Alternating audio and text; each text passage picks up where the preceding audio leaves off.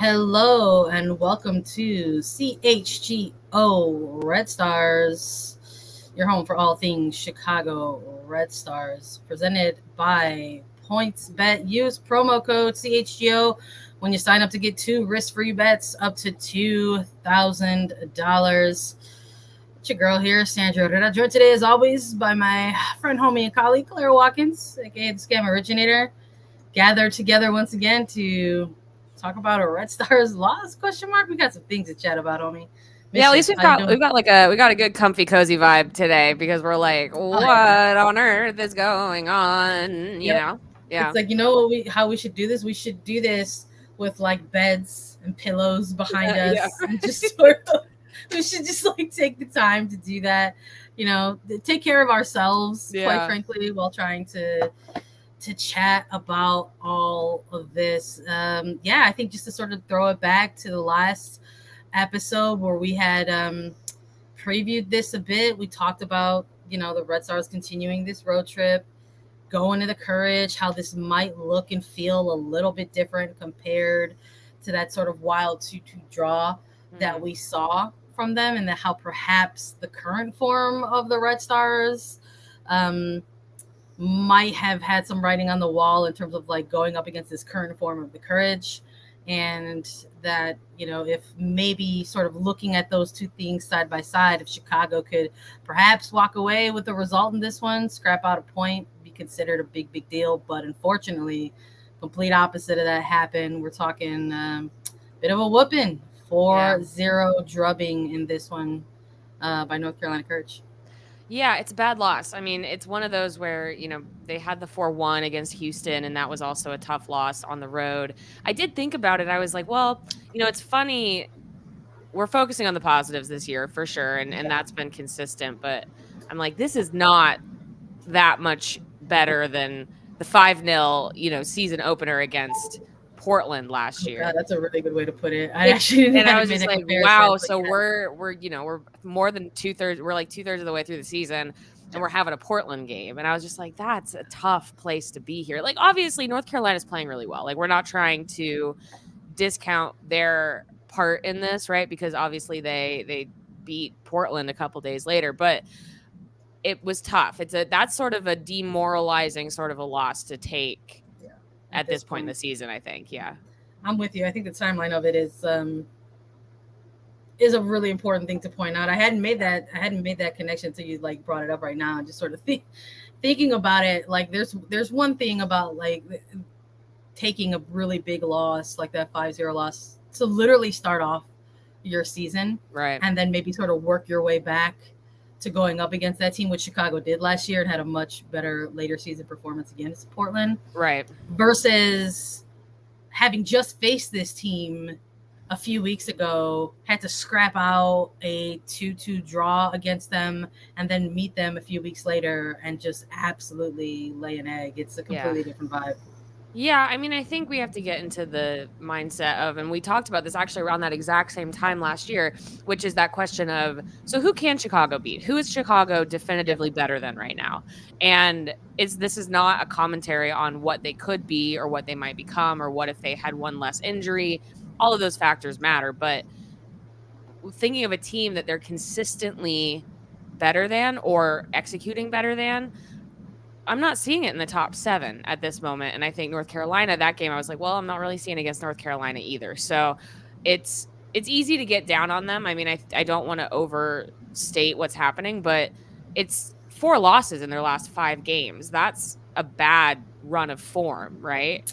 And that's I think with that Malpew, without, it's not, there's not a lot of consistency to it. With Malpew or without. Yeah, no, I think that's another really good point to bring up too, because like watching this game in real time, like that was sort of some of the things that I was walking away with from it. I was like, God, this is going to be this team's 4th loss in 5 weeks. Yeah. Like that's something to pay attention to. At the time of this game, we were just even closer to the transfer window closing than we were when we were talking about it last week, which was something that we had brought that up in light of the current form of this team, even then, before they had picked up their 4th loss of the season. And kind of watching it, it just there was a certain point in this game.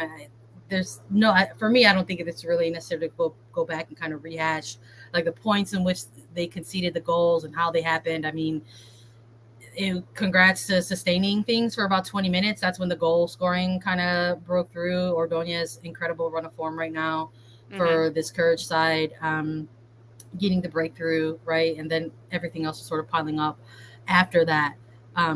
Even as a player like her comes off of the pitch out of a precaution, like for a shoulder injury that she sustained. So it's like you kind of have like this Courage team kind of going through a bit of adversity on their own during this game, yet still not stopping at all against the Red Stars. So to sort of like see this kind of happening, and then the Red Stars have another injury of their own happening in this game. We see Tatumn Milazzo go out in the second half of this game and come out with an injury, which unfortunately we don't have an update on at the moment. We're doing this live ahead of having any media availability or the reports that drop ahead of the games. So there's some unknowns there with this player going into this week. Like, is she going to be available or is she not? And what does that mean for this Red Stars back line, like moving forward? And like seeing it and watching it happen in real time, I was like, okay, well, they're probably going to move BSG back into, slot into the defensive back, which frankly is a loss for this team. Like, you're losing something when you push Bianca Singers lower onto the pitch and back into the defensive line. And you can just sort of see, like, in this moment, it was like, oh, this is like, we're hitting like desperate times here a little bit. And I don't think that's unfair to say. I don't think so either. Yeah, I think, and it speaks as well back to that Houston game, right? Where Chicago didn't get horrifically outplayed. That was more of a Houston pounced on every single mistake. They have a striker who's striking really well. And I think that we saw a similar thing with North Carolina, right? They pounced on mistakes. They're relentless off the ball. They've gotten better at that. They are on this arc where they have to win every single game and they're playing like it. But I do think that Chicago's system, right, when they lose the midfield, when they do actually lose the midfield and place all that pressure on that 3-back, it can get into 3-0, 4-0, 4-1. It has the ability to become that. And I think we saw that as well this weekend. And then, like when Milazzo goes down and you have to put another non-center back into the 3-back, you're like, was this the last game of the season? We're done after this, right? Like I'm like, this is the last game, right? Surely this is things that we do because we have no more games left. And I think when you have that happen and it kind of gets into your mentality, I don't know what you do to pick yourself up and keep going. And obviously that result that they got from North Carolina at home was a little bit fluky. I think they had trouble with the North Carolina press in the last game against them as well. But yeah, you're just watching in slow motion. You're just like, oh, the wheels are coming off. And maybe the wheels will get put back on. Not to say that they can't, but sometimes you take off the wheels and put them back on. Yeah, it's NASCAR. But yeah. Pit crew. But it's hard to see right now. It is hard to see right now how they tighten up, get the players on the field that they need to get on the field and change things. And we'll get into the transfer window or the lack of motion in the transfer window. I think some of the news that came out this week was really useful for that. But yeah, and I think that at the beginning of the season, we saw a young group in a new system with not a lot of tape on them, and they did a really nice job of playing through that system. And then they had a striker who was really in form. And yeah, Pugh came back from CONCACAF with, a swollen knee. Who didn't? I guess everybody came back hurt, and it just hasn't been quite the same. And I think that we also have not seen the team have the ability to build some of that chemistry as well. And I don't know exactly what happens next. You know what? This is hilarious. I think we lost Sandra, which is actually, you know what? We're just going to go right into an ad while we wait for Sandra to come back. We're going to do ad read, or maybe I'll just talk. I'll just talk over and over again. But the only Sandra that I need Sandra to get back on the show. Owen, OWYN. I'm trying to do an ad seg without. Why not? You back? Oh, you're back. I was just going to be like, I'll just read an ad. I'll just read an ad without you. We could read an ad. Yeah, so I'm just going right into it. That's why I left, because there wasn't enough ads, quite frankly. Yeah, there aren't enough ads. So I was just like, you know what? Let's fill the time. OWYN, pronounced like Owen. Only what you need. 100% plant-based protein shake that gives you nutrition that works as hard as you do. All of their products are free of artificial ingredients, allergen-friendly, no gluten or dairy, easily digestible. Owen and CHGO have partnered to give you an awesome offer. You can get 20% off your first purchase at liveowen.com. That's LIVEOWYN.com with the code CHGO20. I was like, I can just talk over and over again about the Red Stars on my own, but I was like, why not an ad?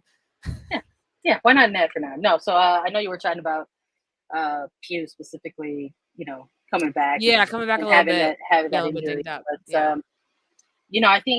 I think maybe this was also the game that kind of showed us that a little bit. Like, I think you made a good point earlier with sort of saying, like, they're losing with Mel Pew, without her. Like, now that narrative has changed a little bit. I think you also had a good point about saying how, like, this team, when I think maybe you look at them in that first half of the season, like, maybe you could sort of say that they kind of overachieved a little bit, quite frankly, right? Sort of having so many first-year players and having a lot of young players who haven't, had a lot of minutes in NWSL, and so therefore there isn't a ton of tape on them, and maybe that contributed a bit to sort of, their level of buy-in into the system and performing well within it, and then therefore performing well against, the oppositions that they were facing in that first half of the season. And now we're just sort of seeing, I don't want to say that they're like this predictable team, but we're just sort of seeing like how the long grind of a season, like a regular season, could sort of catch up with a team. Mm-hmm. And it just sort of like, you just have that feeling like every time you're watching this team over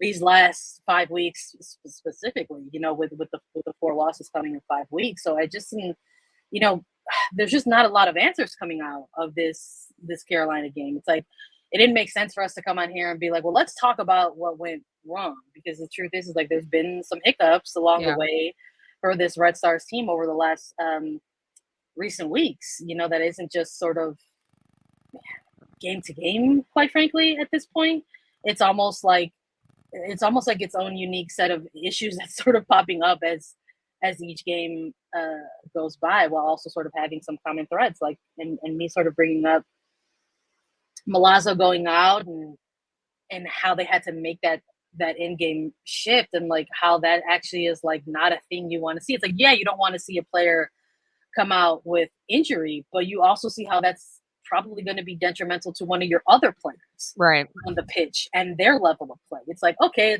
it's okay. We could just push St. George's back into the defensive back. And it's just like, no, actually, that's not cool at all. Like, that actually kind of sucks. Yeah, I mean, it's kind of like the usage of Aaron Wright last week, right? Where they pushed her forward and made sort of like not a like for like sub there as well.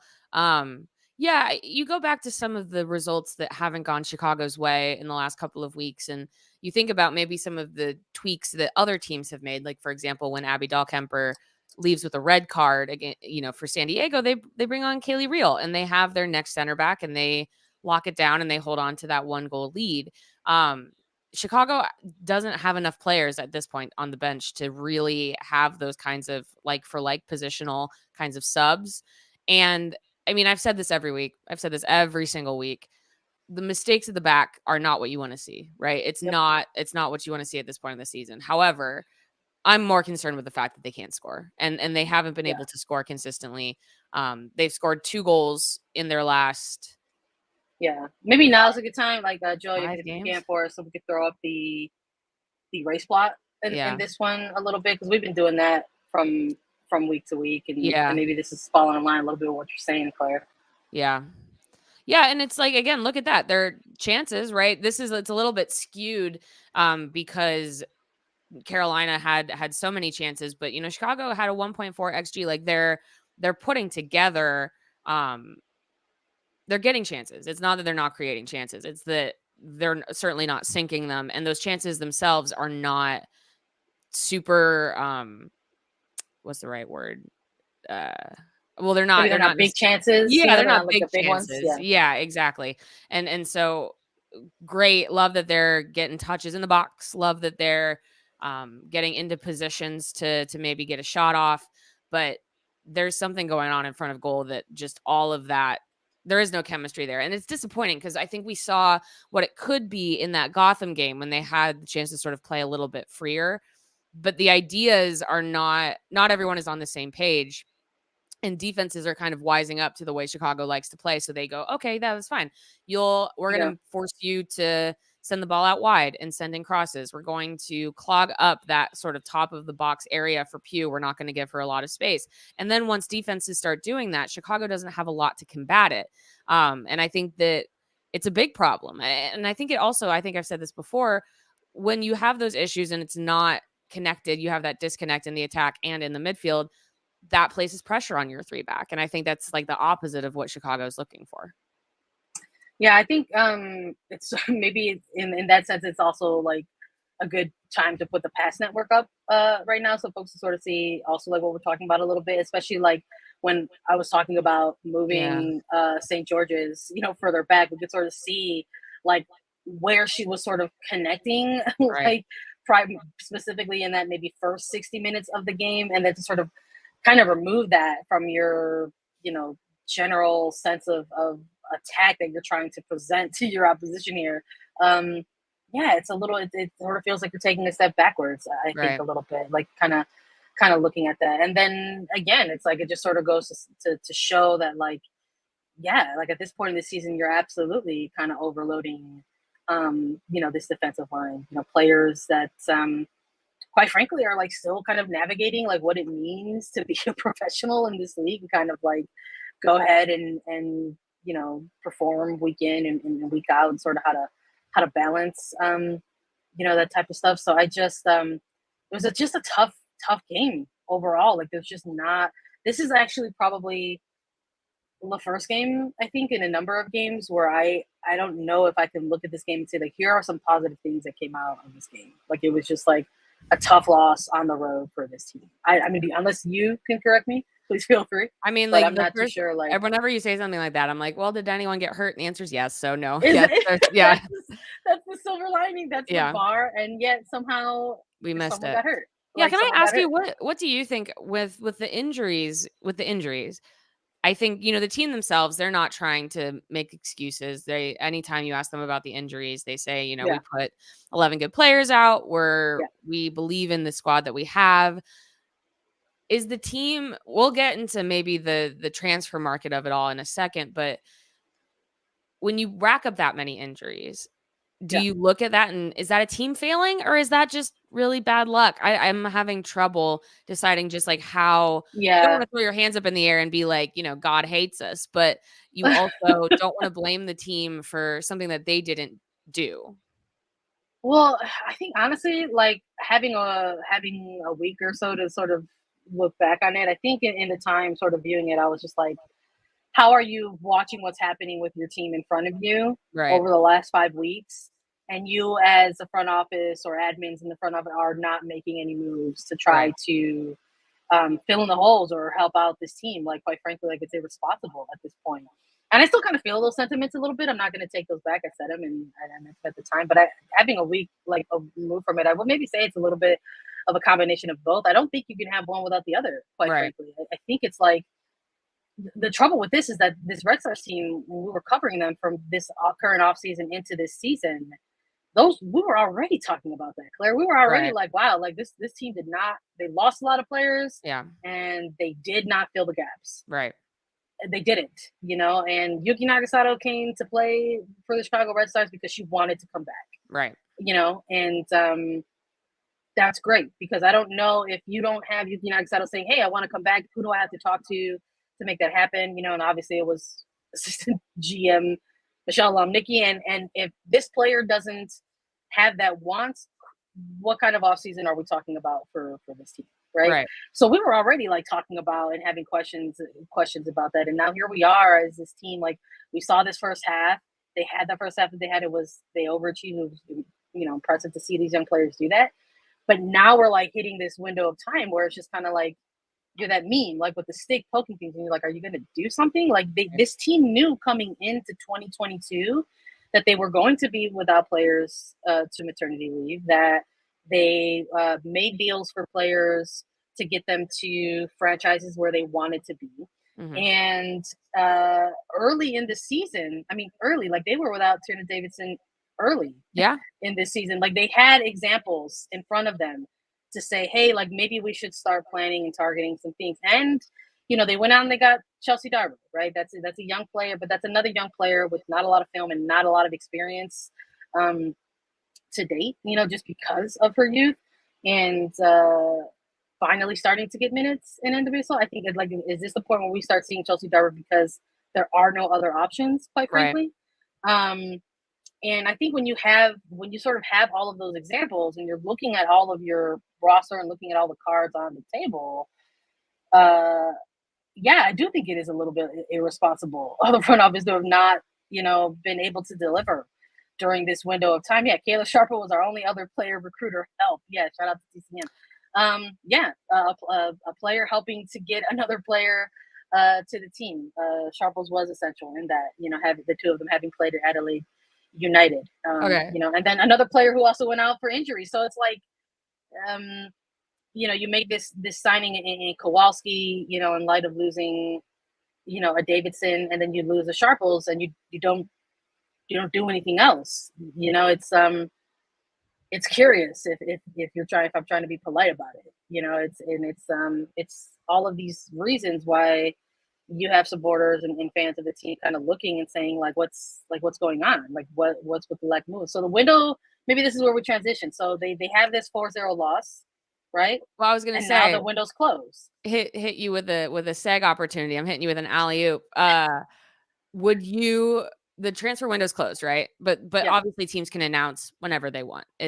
After the paperwork is signed. Yes. Correct. Would you bet on the Red Stars making a late announcement here? If I was a betting woman, I don't know if this team is to bet right now, and I definitely don't know if I would bet on this team to announce a signing. But if you are the betting fan, I just want to remind you that you can sign up for PointsBet right now using code CHGO to get risk-free bets up to $2,000. Don't miss out on your chance to get daily access to free bets, boosted odds, and so much more now through September 8th. But that's not it. If you make a 51 or more first-time deposit, you'll receive a free CHGO membership, which unlocks all of our web content, and you'll even get a free shirt of your choice from the CHGO locker. Download the PointsBet app today and use code CHGO to take advantage of this limited time offer. I don't know, Claire. I don't know. How about you? Would you make that bet? No, I would not make that bet. You do wait, right? Like I've been waiting on my. I am too. I'm like still trying to get more information on what's going on, but you never want to look like a fool, but I don't see it happening. With the length of their availability report,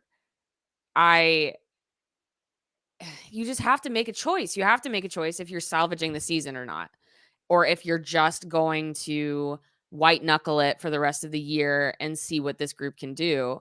And we remember when Davidson got hurt.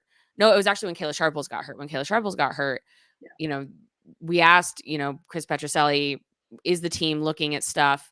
And they said it was going to be difficult to do for a variety of reasons, right? Kind of go down the list of why it's hard to sign a center back or to sign people to come in and replace other people. Obviously, they signed Amanda Kowalski when Davidson went down, but she was already in camp with them. She's a rookie. That's basically like drafting her without drafting her. And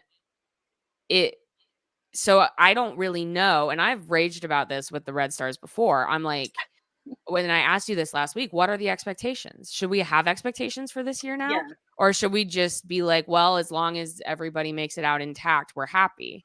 And I think maybe that's where there was a little bit of, I don't know, I don't want to say confusion. Maybe there was a little bit of conflict, quite frankly, because I think if you're the franchise, right? I'm not talking about the roster or the team. If you are the Chicago Red Stars franchise, if you're the organization,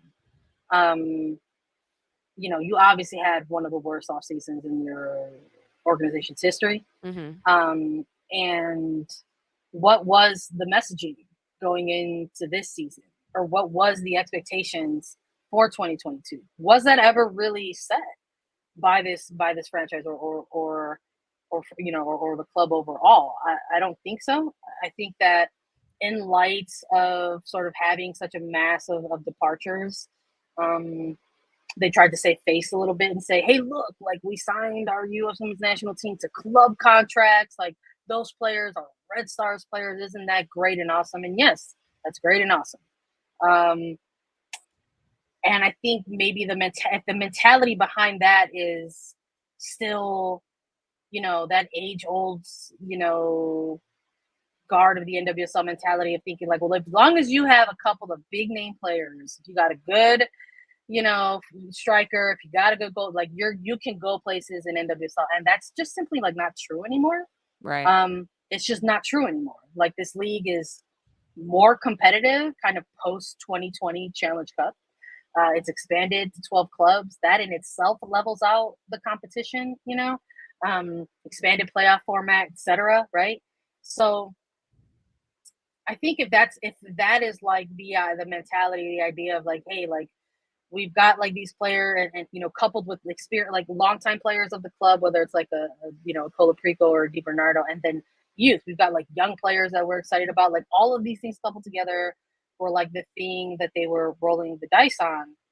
And we saw them do really good things in the first half of the season. But again, it's like, if there's a team that understands how to run a table, I don't think there's one more than the Chicago Red Stars to understand. I mean, we were just talking to Aaron Wright about it. Right. In a pre-match availability, how they're not trying to get too ahead of themselves. They know they're entering the final stretch, of the season. They know they're going to be going up against teams that are going to be playing with a certain level of urgency, and it's their responsibility to just try to keep a cool, calm head about it and maintain their pace. Now, that's all like good and fine, and that's all very true. We've seen them do it before in the past, but the other side of that is like, for what? I think you had a really good point just last week where you're just like, for what? Like, is this team, right, even if they were to make a move or not make a move, are they going to be in a position to make a run for a championship right now? Like, I don't know. I think also this is a good place to enter into the conversation of what I think is happening, or why I think Chicago is not being aggressive in the transfer market. And everybody saw we got the free agency lists yesterday, right? And we got two free agency lists, one of which was from the league, one of which was from the Players Association. And there were a lot of Red Stars on that list, especially the Players Association list, including I'm listed. I made a list of just the Red Stars. So we've got Danny Colaprico. This is the PA's list, not the league's list. Danny Colaprico, Vanessa Di Bernardo, Morgan Gautrat, Rachel Hill, Yuki Nagasata, Kalia Watt, Kalia Watt, and Aaron Wright. And so what I think is happening, because we've seen Chicago do it before, I think they are not making moves because they have all of these contracts that they're going to have to be able to negotiate in the offseason. Now Chicago and the league is arguing that some of those players on options do not have the right to free agency. That's going to arbitration. We'll see if the Players Association wins out on that. But we've seen before, in years even different than last offseason, Chicago doesn't do very much. And you say, why aren't you being aggressive and trying to find players? And they go, well, we need to pay for the players that we have. And one of the driving factors of moving Nagasata to Louisville in the first place was the size of her contract. And so they, in order to retain the core group that they already have on the team, which, that group's getting older, they deserve veteran salaries that they've given their service to the team. That's why they're eligible for free agency. I think that's what we're seeing. I think that we're seeing not only an anticipation of players coming back from maternity leave and players coming back from injury next year. I think they have to pay for them. And they've already spent however much on those 4 U.S. women's national team players who are contracted through 2023. And then after 2023, they've got to compete for them again. So Chicago is entering into this new era of truly having to compete financially with other teams for players that have even just been on their roster for years. Yeah. And to be honest, while that's good, it's a reasonable explanation that I understand. It's also already kind of this tipping point of, wow, you're already struggling to compete with the rest of the league for this, aren't you? Yeah, and it brings up, it's like a new point of a problem. Exactly. Yeah.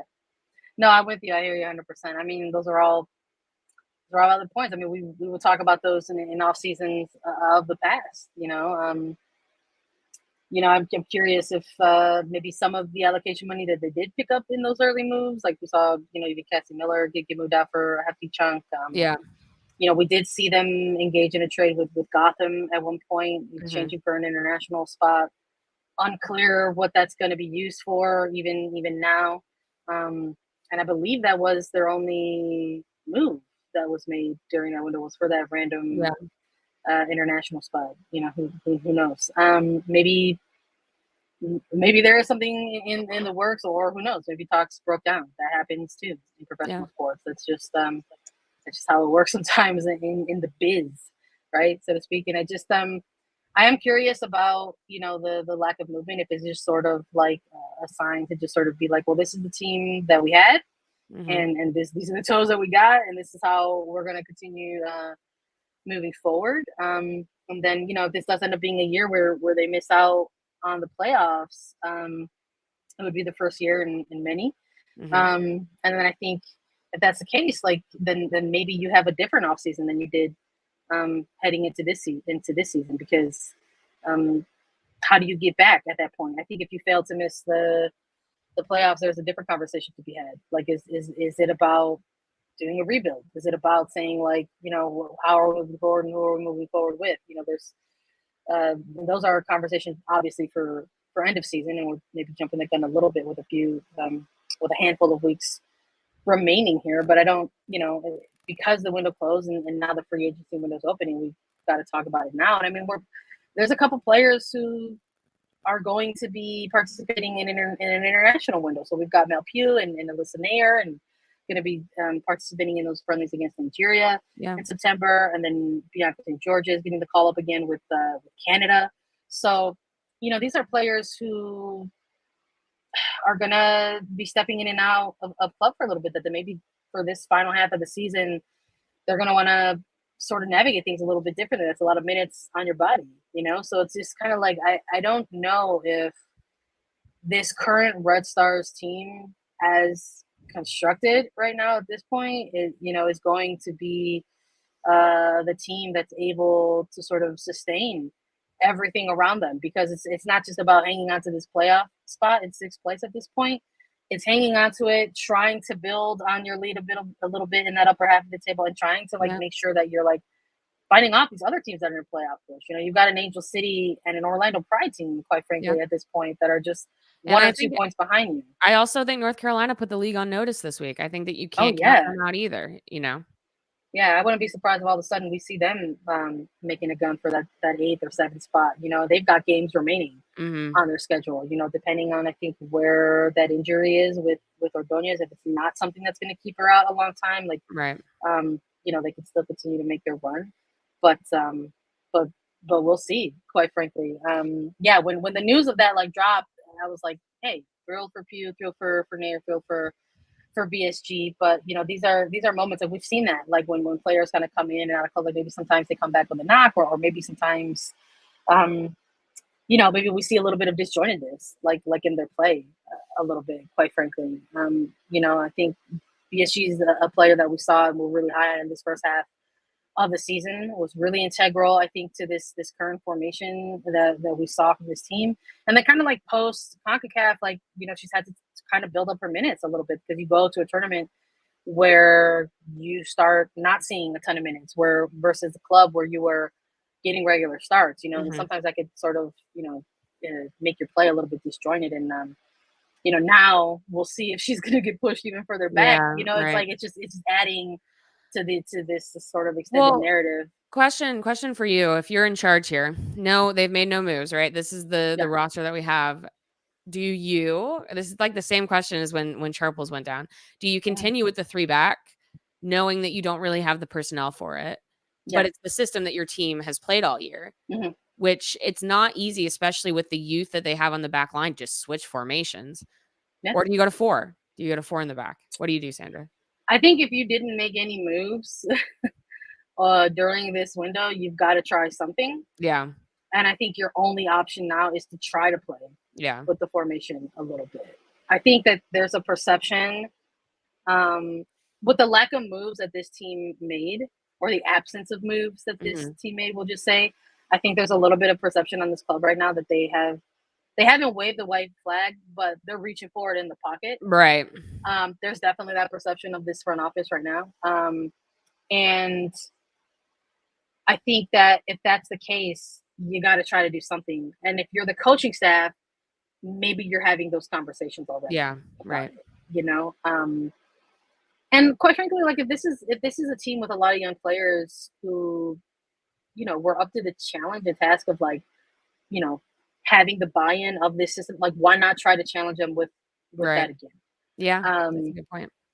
I just it's unfortunate, to like be at this point because again, we've really enjoyed covering this team and sort of watching the performances that they've been putting out there. But I think because of point A, you got to go to point B now, and it's just I'm curious if maybe we will see something like a back four. Like I don't know if we've seen the end of Vanessa DiBernardo as a defensive mid. Yeah. You know what I mean? That also makes me sad a little bit too because I've really enjoyed covering this year that DiBernardo has put together for this team as at a 6. It's just like that still baffles me right a little bit.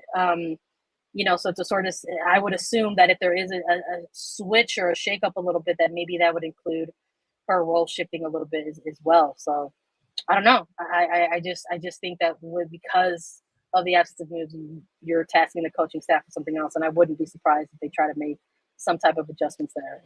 Yeah, I think honestly, if I were, and the other thing I would maybe try is, this was mentioned up thread in the comments at some point, and I apologize for not seeing who said it, but I think they also, speaking of like Vanessa DiBernardo playing defensive midfielder, I think that the box midfield is no longer really working. I think we're seeing other teams figure it out, and Chicago is having trouble controlling the midfield. So I'm a little bit like, okay, what if you bring someone like Ella Stevens in, who is an actual midfielder, or you bring Sarah Griffith in, or you into the starting 11, I mean, or you push DiBernardo forward and have a lone 6 in front of a back 4, and then let Pugh really actually be a forward. Let Pugh be a forward and have that be her specific role to get her closer to goal. And because I think it is, we're seeing the team, we're seeing players try to play make, we're seeing them try to play together and combine, and it's not quite working. I think you need to start shaking things up. And the one change that you can make without changing is actually getting these players a little bit closer to their natural positions. And I wonder if that is also not something that we need to see. Don't play Sarah Lubert as a wing back. Play her as a winger, make a change into maybe more of a traditional 4-3-3 without moving around too much. But I think you can, and you might see some of those roles simplify and they might have more success. Yeah, I just think that right now, that's the option. Right. Like I think with everything else that we've discussed right now, I think that the only option moving forward for this coaching staff and for this team to even try to get these players some relief or some level of comfortability, right, is to maybe try to plug them into positions where they can thrive. Yeah. And that will probably include maybe the smallest of shifts, in formation. And they need every break they can get, Claire. Maybe that also includes maybe getting their protein. You watch the Red Stars and all their injuries, and you're thinking, what are they eating back there? Like what supplements, what nutrients are they? Are they taking care of themselves? I'm not sure that they are. What's that athletic training group feeding them? Maybe they should be using Athletic Greens. What is Athletic Greens? 75 high-quality vitamins, minerals, whole food sourced superfoods, probiotics, and adaptogens to help you start your day off right. Just one scoop has all that great stuff. It's lifestyle friendly, whether you eat keto, paleo, vegan, dairy-free, or gluten-free. It contains less than 1 gram of sugar, costs you less than $3 a day. And to make it easy, Athletic Greens is going to give you a free 1-year supply of immune-supporting vitamin D and 5 free travel packs with your first purchase. All you have to do is visit athleticgreens.com/ and I'm going to say Bulls this time. CHGO Bulls. Again, that is athleticgreens.com/ CHGO Bulls to take ownership over your health and pick up the ultimate daily nutritional insurance. Yeah, they could use some, huh? Or maybe they have the Athletic Greens but like holding the package of athletic greens is a new player. Like, this is our X factor. Yeah, like, exactly. Yeah, our X factor in the game is going to be AG1. AG1. That's right. Shout out to Athletic Greens. I don't know, man. I mean, we'll see. We'll like the Athletic Greens coupled with a formation change. Maybe that's what's going to be what this team needs to get the breakthrough against Racing Louisville. That's going to be the Chicago Red Stars next match coming on up. That, again, this is going to be the third match for this team on the road as part of this sort of 4-game away streak for them. But they don't have to go too far for this one. Just heading on down to Louisville, Kentucky. But there's some things coming into play here. I mean, this is going to be the fourth time. Let me correct myself. The fourth time that these teams have played each other when we're looking at the calendar year, stemming back into the 2022 Challenge Cup. They were paired in that Central Division group alongside Kansas City, Houston Dash, and Racing Louisville. So much different point in the year for both of these teams. Quite frankly, we're talking about a Central Division in the Challenge Cup that kind of played each other pretty closely. Really, really weird weather game that these two had to sort of kick off the regular season. Chicago Red Stars came out on top of.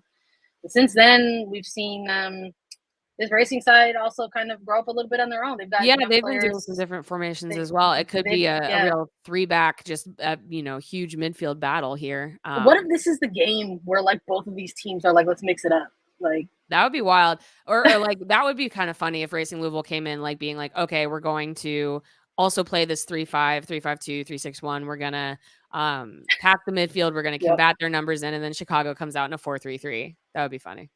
Yeah, that would be really, really funny. I think we saw was Louisville has done well on their set pieces. That I'm trying to recall if one of the games, it was the Challenge Cup games where we saw the Ekich. I believe it was the Ekich free kick that came off. So Chicago isn't a stranger to sort of conceding against Louisville on those types of scenarios. Shout out to Flank Center. If we can't beat Kim Bjorkingham managed team, then we are truly done this year. Hey, tell us how you really feel. Listen, Louisville has been doing some things, but they are absolutely a franchise that has had some struggles of their own on the pitch. I mean, this is a Louisville team that Chicago's going to go up against where they didn't have to face Nadim, where they didn't have to face their newest signing in Wang Chuang out of China. I mean, and she's someone who just scored for them in the Women's Cup along with Nadim, right? So I'm curious is the personnel that we're going to see from Louisville against Chicago, and those are some pretty experienced goal scorers, quite frankly. Well, yeah, and they've got that. They've also got their young group that's playing quite well. They've got DeMello playing really well. They've got Kristen Davis playing really well. Yep. I think that the opportunities will be there. They have their own defensive issues. They're playing they themselves played in the 3-back. They had Emily Fox playing inside just to help the center backs. But yeah, I don't know. I mean, yes, I think this is the kind of thing when I was talking about at the top of the show about like, who is Chicago better than, who should they have expectations of being able to compete with? Yes. Louisville is one of those teams for sure. Yeah. Again, not an unfair thing to say. This is pro sports. Like, this is pro sports. Going to talk about it like pro sports. Like, if you are, a team like Chicago and have had the experience that you've had in these types of phases of the season, have had the personnel available to you on your roster that you do have. I mean, this isn't going to be a game that is going to miss somebody like a Malpew or miss somebody like an Alyssa Nair, right? Or BSG. Like, these are players that can absolutely turn a game on their head. So I'm with you. I think that this should be a game amongst some of the other games that they've already had on the road, that they do have an extra layer of expectation, because again, pro sports teams, they're all competitors. They're always going to want to have that expectation to win, but it doesn't always shake out that way. And I think if you add that extra layer of expectation, I think it is going to be on this one against Louisville. And I hope they come out with a win, but I don't know. I do wonder if like the familiarity a little bit between these two teams has the makings of a draw in it. That always concerns me. Like some of the teams that we've seen go head to head this year that have had that kind of familiarity stemming back like from Challenge Cup, like have sort of had these kind of weird energies around them, and I do wonder if there's that possibility of its kind of rearing its head again in this one. I'm like, is it going to be one of these like weird, low scoring games where it's like a draw like between these two teams? So hopefully it's not like a 0-0. What if it's like a 1-1? And I think if you're Chicago, that doesn't do you a ton of favors. I don't necessarily think it knocks you out of the top of the standings, considering some of the other fixtures that are happening this weekend. But I don't know if it does you a ton of favors in this sort of final third of the season. Who do you want to have? Who do you want to see have like a really, really solid game against Louisville? I mean, I think it's what I said before. I think it's just I want to see them empowered to be able to play with a little bit more simplicity. I think that I think I would just play with the front three. I would play with the front three, and I would like to see that front three of Pugh, maybe Lubert, and Cook. I would put in there. Just straight up, put Cook in the middle, put Pugh on the left, put who am I missing? Cook in the middle, Pugh on the left, Lubert on the right. That's what it is. But just put him up front and let him cook. And I think that's really where I'm at with it, is just get the players on the field, simplify. Yeah, you gotta let Cook. Yeah. I like that a lot. Hopefully, we'll see. I'm eager to see it. I would at this point, you gotta surprise. You gotta surprise your opposition. You gotta surprise the folks who are watching you. So we'll see. We'll see if this one has the formation shakeup. We'll see who's available or unavailable. That news should be dropping sometime tonight. Usually when they post up the list, and we'll have some more to chat about that, I'm sure, next week. But hopefully when we link up next week, we'll be talking about Red Stars dub. Hopefully we'll also be talking about a Chicago Sky dub as well. That's semifinals right. Kicking off. We always want to show love to the Sky whenever we get a chance. And we want to show love to all of you who join us as always. We appreciate you all hopping on live, going through the comments and joining and engaging with us in discussion of Chicago Red Stars. If you enjoy the work that we do here at CHGO, I just want to remind you one last time before we exit that one of the best ways to support us in our work here is with the CHGO membership. So just know that when you sign up for a membership, you get access to all kinds of podcasts and live show on every Chicago sports team nearly every day. You get access to post-game shows. You get access to premium written content. If you're a member at allchgo.com, you can read the wonderful words of my friend, homie, and colleague Claire Watkins, waxing poetic, all about the Chicago Red Stars. You also get merchandise for all teams. You get a free shirt when you become a member, your choice. And you get access to the members-only Discord, the CHGO Lounge. So please go ahead and sign on up for a CHGO membership when you have time, and join us next week, hopefully, to discuss the Chicago Red Stars dub. Be easy, everyone. Take it out.